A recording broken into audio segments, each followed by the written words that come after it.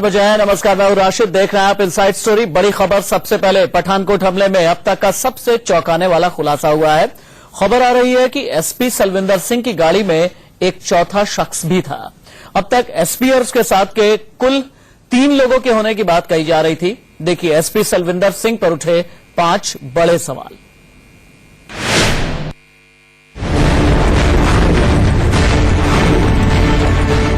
पहला बड़ा सवाल, 15 मिनट का रास्ता तय करने में 1.5 घंटे से भी ज्यादा क्यों लगे?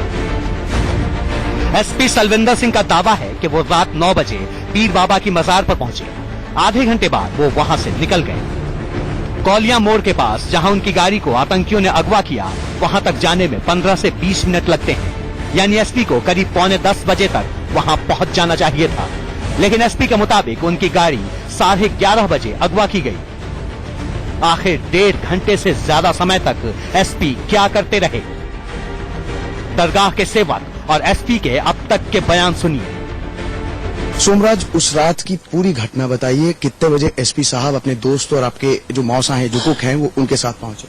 जी सर, वो मेरे पास सर 9 बजे पहुंचे। वो सर उन्होंने चाय पी, सर सलाम किया और 9:30 बजे चले गए। सर जब कोलिया मोड़ के पास में आया उधर, तो 4-5 आतंकी जो एकदम हमारी गाड़ी के ऊपर, मोड़ था एकदम, टर्न था उधर। टर्न होने के गाड़ी उन्होंने, मेरे जो दूसरा दोस्त था, उन्होंने एकदम गाड़ी रोक दी। वो एकदम आगे वो पूछा, फटाफट हमारा हाथ, वो एकदम लाइट बंद करो, लाइट बंद करो। जब लाइट बंद की, पीछे हमें धकेल दिया, नीचे मुंह कर दिया और पीछे बाजू करके बैठ गए। दूसरा बड़ा सवाल, एसपी के दोस्त और कुक 2 बार दरगाह क्यों गए? दरगाह के सेवक सोमराज ने कहा है कि 31 दिसंबर की सुबह भी एसपी के दोस्त राजेश और कुक उसके पास आए थे। इसके बाद दोनों एसपी के दोस्त और कुक 2 बार दरगाह क्यों गए? दरगाह के सेवक सोमराज ने कहा है कि 31 दिसंबर की सुबह भी एसपी के दोस्त राजेश और कुक उसके पास आए थे। इसके बाद दोनों उसी रात एसपी के साथ भी दरगाह पर आए। दोनों के पास इस बात का जवाब नहीं है कि एक ही दिन में वो 2 बार दरगाह पर क्यों आए। क्या वो इलाके की रेकी करने आए थे? तीसरा बड़ा सवाल, क्या एसपी साहब आईएसआई की साजिश का हिस्सा थे?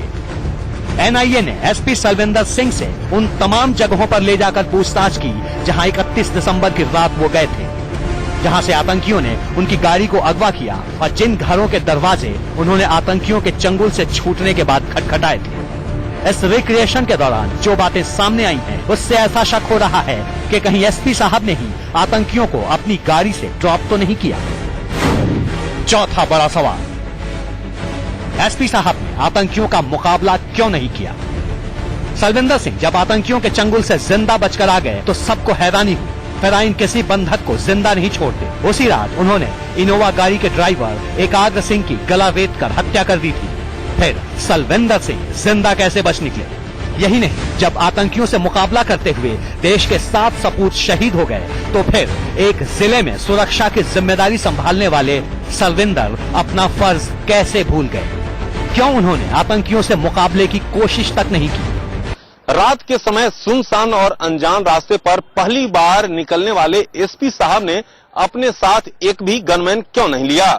और इस पूरी गुत्थी को सुलझाने के लिए अब एनआईए एसपी के गनमैन से भी पूछताछ करेगी।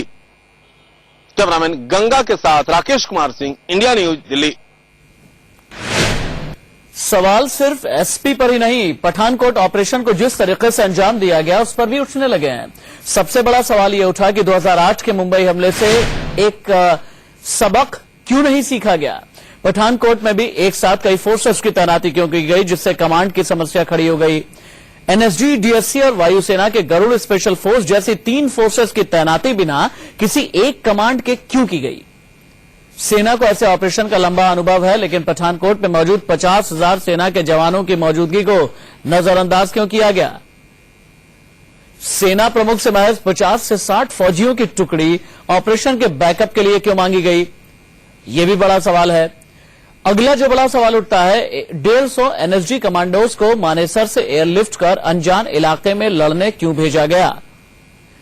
2008 मुंबई हमले की तरह ही पठानकोट में भी कोई एक रणनीति, कोई एक स्ट्रैटेजी आखिरकार क्यों नहीं बनाई गई?